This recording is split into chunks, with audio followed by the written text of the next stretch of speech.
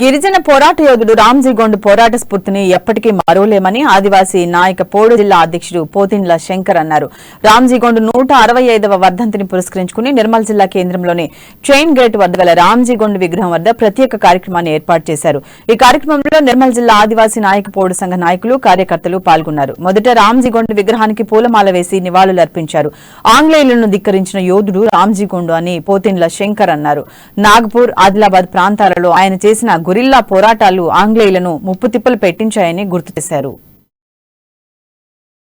ఎంతో చరిత్రాత్మకమైన విషయము. దీన్ని ప్రభుత్వాలు కూడా గుర్తించి ఈ నిర్మల్లో ఉన్న చరిత్రను, ఎన్నో కోటలను, గుట్టలను గుర్తించడం జరుగుతుంది. కానీ చరిత్రపటమైనటువంటి రామ్జీ గొండు యొక్క చిహ్నాలు ఎల్లపల్లి వెళ్లే మార్గంలో 1000 ఊర్ల మల్లిగా పేరుగాంచిన స్థలాన్ని మనము గుర్తించి ఈ నిర్మల్ జిల్లా కేంద్రంలోనే ఆదివాసీ సంస్కృతి చిహ్నాలను గుర్తుగా నిలుపుకోవాలి.